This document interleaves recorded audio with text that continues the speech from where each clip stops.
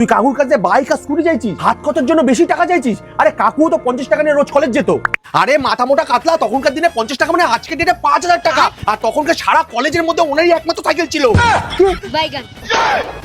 উনি ওনার যৌবনকালে প্রচুর মস্তি করেছে। দাদা 1 মিনিট দাঁড়া। এবার যদি না দেয় না তাহলে বুঝে নিস। বিষাক্ত সঞ্জু কম বেশি তাকে সবাই চেনেন। বিষাক্ত সঞ্জুর অ্যাকচুয়ালি 3টে চ্যানেল আছে ইউটিউবে। বিষাক্ত সঞ্জুর শর্টস আছে, ইয়োর বিষাক্ত সঞ্জু আছে। প্রত্যেকটাতেই কয়েক হাজার কয়েক লাখ সাবস্ক্রাইবার রয়েছে এবং ফ্যান ফলোয়ার পপুলারিটি মারাত্মক লেভেলে। বেসিক্যালি লকডাউন পিরিয়ড থেকে এদের একটা গ্রুপ অফ ফ্রেন্ডস মিলে এই চ্যানেলটা শুরু করেছিল, যেখানে মূলত হাসি ঠাট্টা কমেডি এই ধরনের ভিডিওগুলোই চলতো। কিন্তু দিনে দিনে দেখা গেল যে এদের ভিডিওগুলোর মধ্যে গালিগালাজ স্ল্যাংটা অতিরিক্ত পর্যায়ে ইউজ হতে শুরু করলো। বিশেষ করুন কখনো কখনো সত্যি এদের ভিডিওগুলো দেখে মন প্রাণ খুলে হেসে স্ট্রেস রিলিভ করা যায়, স্ট্রেস বাস্টার বলা যায়। যে সত্যি কথাই তো আমরা দিন দিন যেভাবে কাজের চাপে সব কিছু টেনশনে লাইফটা প্রচণ্ড হেক্টিক হচ্ছে, কখনো কখনো মনে হয় যে বিষাক্ত সঞ্জু বং লুচ্চা এদের মতো চ্যানেলের ভিডিওগুলো দেখে বেশ একটা হাসি খুশি মন ভরা প্রাণ ভরা একটা হেসে শরীরটা শান্ত হয়, মন ভালো থাকে। কিন্তু সত্যি কথা এটাও তো মানতে হবে যে 2025-এ বা 26-এর শুরুতে আজকে সোশ্যাল মিডিয়া কিন্তু বলা চলে একটা প্রধান অঙ্গ হয়ে দাঁড়িয়েছে এন্টারটেনমেন্টের জন্য।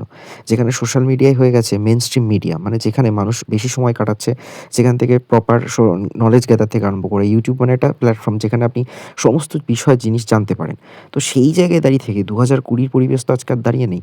সেখানে দেখা যায় যে ওপেনলি মদ খাওয়ার ভিডিও বা গালাগালি যেভাবে যে পর্যায়ে এরা ইউজ করছে, সেটা কিন্তু আমাদের যুব সমাজ, সরি বলাটা ভুল, ইভেন যারা ছোট যারা স্কুলে পড়ছে তারাও এগুলো দেখছে এবং সেগুলো দেখে তারা কি শিখছে।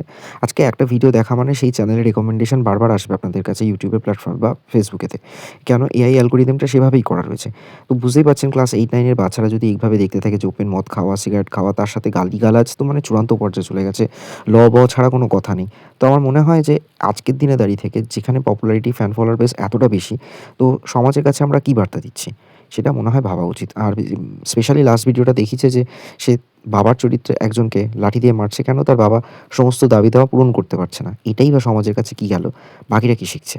তো কোথাও আমার মনে হয় যে এইভাবে ওপেন যেভাবে মদ খাওয়ার ভিডিওগুলো, কন্টেন্টগুলো সো কল্ড ছাড়া হচ্ছে, সেগুলো ফ্যামিলির সবাই কি বসে দেখতে পারে? গালিগালাজগুলো কি সবাই বসে দেখতে পারে? যতই নোটিফিকেশন বা ডিসক্লেমার দিক যে আপনারা হেডফোন লাগিয়ে ভিডিওগুলো দেখুন। কিন্তু আজকের দিনে দাঁড়িয়ে আবারও বললাম, সোশ্যাল মিডিয়া কিন্তু এখন মেইনস্ট্রিম মিডিয়ায় পৌঁছেছে।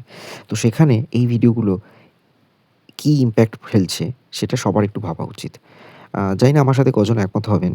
যদিও বর্তমানে এদের গ্রুপটা অনেকটাই ভেঙে গেছে। যে যার মতো আলাদা, আলাদা চ্যানেল খুলেছে। নিজেদের মধ্যে হয়তো কোথাও ক্ল্যাশ হচ্ছে। সেটা তাদের ব্যক্তিগত বা তাদের দলগতভাবে কোথাও প্রবলেম হচ্ছে, সেটা তাদের ব্যাপার। সেটা নিয়ে অনেকে কন্ট্রোভার্সি ক্রিয়েট করতে পারে।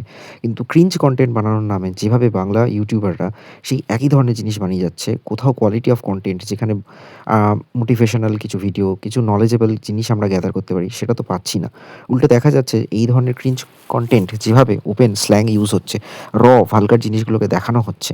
হয়তো আমি বলছি না যে পোশাক-আশাক বা হয়তো সেই ধরনের জিনিসগুলোকে একেবারেই দেখানো হচ্ছে না। কিন্তু তাও এগুলো একেবারেই ইয়ুথ জেনারেশন বা একেবারে উঠতি যারা রয়েছে তাদের মধ্যে কী প্রভাব ফেলছে সেটা ভাবা উচিত।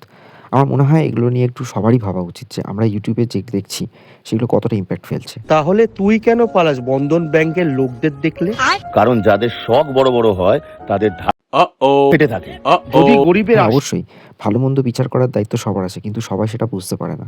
তাতে কি দেখা যাচ্ছে যে এই ধরনের স্ল্যাংগুলো মানুষের মুখে, মুখে চলে যাচ্ছে এবং সেটা ওপেনলি এখন দেখা যাচ্ছে জলভাতের মতো বাঙালি গালিগালাজ মুখর হয়ে উঠেছে এবং এর জন্য কিন্তু সোশ্যাল মিডিয়া একটা বড় ভূমিকা পালন করে। সো সোশ্যাল মিডিয়াতে এই ধরনের কনটেন্ট বানিয়ে হয়তো নিজেরা বড় হচ্ছে। হয়তো মানলাম সঞ্জু একজন মানুষ হিসেবে খুবই ভালো। কিন্তু তার এই ক্রিঞ্জ কনটেন্টগুলো কি এফেক্ট ফেলছে উঠতি বয়সে যারা রয়েছে, একেবারেই নবযৌবন যারা, তাদের উপর কি প্রভাব ফেলছে সেটা একটু ভাবা উচিত আমার মনে হয়।